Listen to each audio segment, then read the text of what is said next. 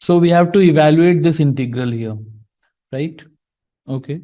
So to solve this one, we have to use this property of integrals. If I have integral from limit a to b fx, this is the same as, so I will use this property for this one.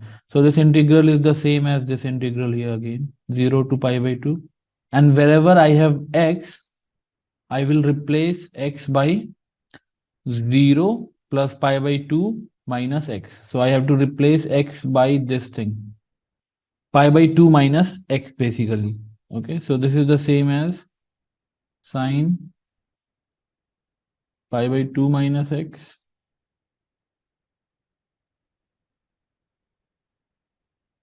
this thing. Okay, so let's say whatever we have to find out, this is I. Okay, so I is this, is the same as this. Okay, so this is also I, this is also I, right? And this is the same as 0 to pi by 2.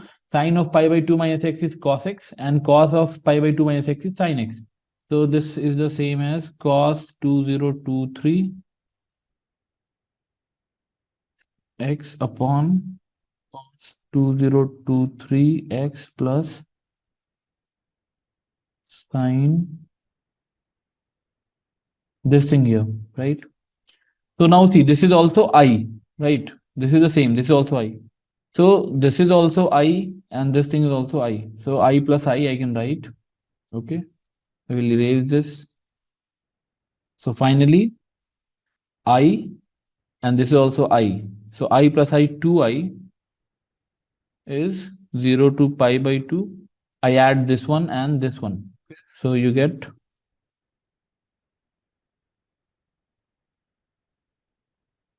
so this is same thing upon same thing, that is 1. Okay, so 1 dot dx is pi by 2 simply, right? So 2I is pi by 2, hence I is equal to pi upon 4 or pi by 4 is the final answer here. Pi by 4 is the final answer for this question. Okay, thank you.